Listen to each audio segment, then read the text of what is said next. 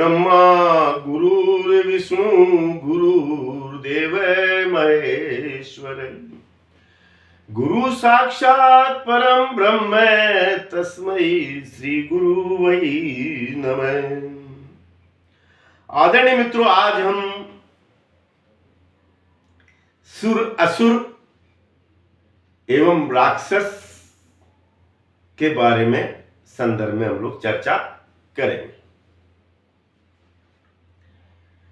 सुर असुर हमने लिया है, एक तो हमने देवतुल्य यानी वृत्ति किसी की देवतुल्य वृत्ति है तो सुर में है, और जो उससे नहीं मिलते वो असुर हैं। इसको इस तरह से समझें कि जब राजा दशरथ के पास में ऋषि मुनि जाते हैं और जाकर के वो कहते हैं कि हे राजन, हमें आपके राम लक्ष्मण दोनों सुपुत्र हमारी सुरक्षा, आध्यात्मिक सुरक्षा के लिए प्रदान कीजिए। असुर प्रवृत्ति के आदमी हमें यज्ञ नहीं करने देते हैं, ध्यान पर नहीं बैठने देते हैं,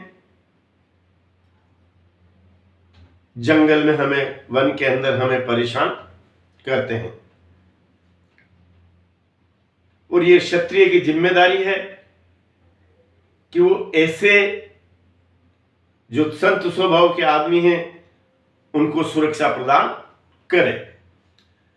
अब यहां पर यह बात आ गई असुर प्रवृत्ति यानी सुर प्रवृत्ति, तो वो जो सत्य बोलते हैं, इसमें अहिंसा के विचार रखते हैं, ध्यान पर बैठते हैं, यज्ञ करते हैं, और असुर वो जो इनसे जिनके अपने सुर नहीं मिलते हैं वो असुर कहलाएंगे।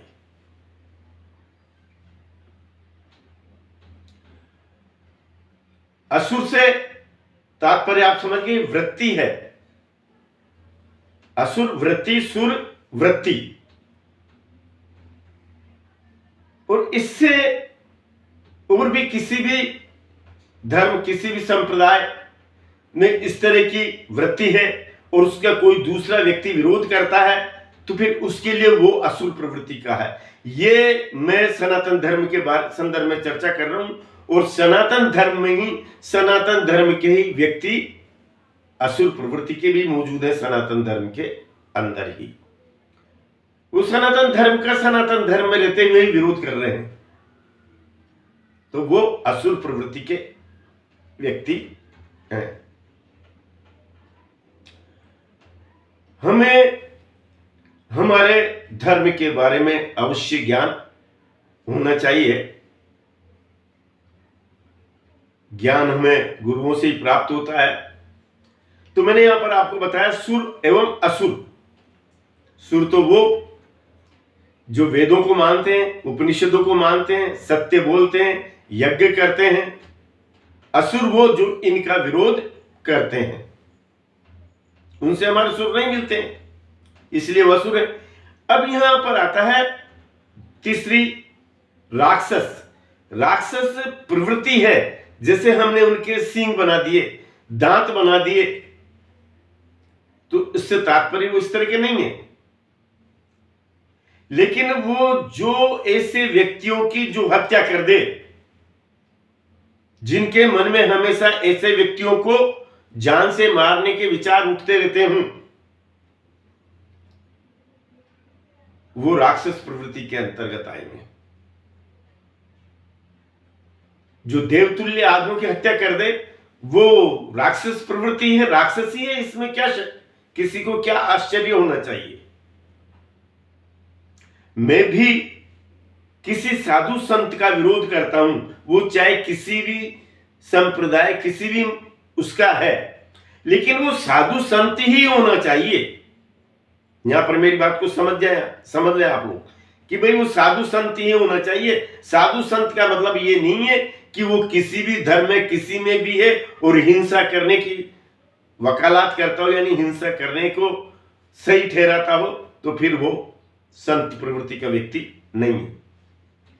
किसी भी तरह की हिंसा करने की बातचीत अगर करते हैं तो,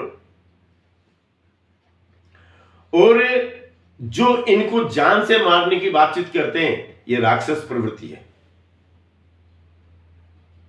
राक्षस प्रवृत्ति के व्यक्तियों को दंड देने की जिम्मेदारी समाज की, राज्य की,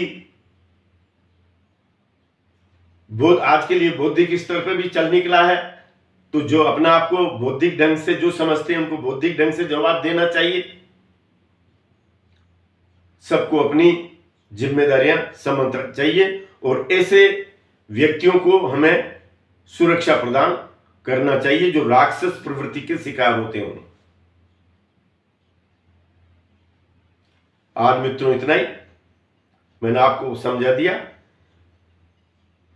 ध्यान पर बैठें और समाधि की अवस्था की ओर प्रस्थान करें। आप लोग अपने कमरे में जहां पर आप सोते हैं वहां पर वैराग्य से संबंधित सामान अवश्य रखा करें।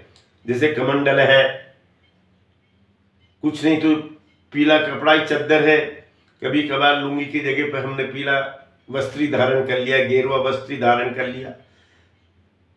ये भी हमारे अंदर भावना आना चाहिए। एक दिन तो हमें इस संसार को छोड़ के जाना ही है मित्रों, चाहे हम कितने ही यहाँ पर रुकने की कोशिश करें, मृत्यु हमारे को धक्का दे रही है और हमें जाना ही होगा। तो इसलिए वैराग्य से संबंधित भी सामान अपने कमरों में अवश्य रखें। आज इतना ही। नमस्कार।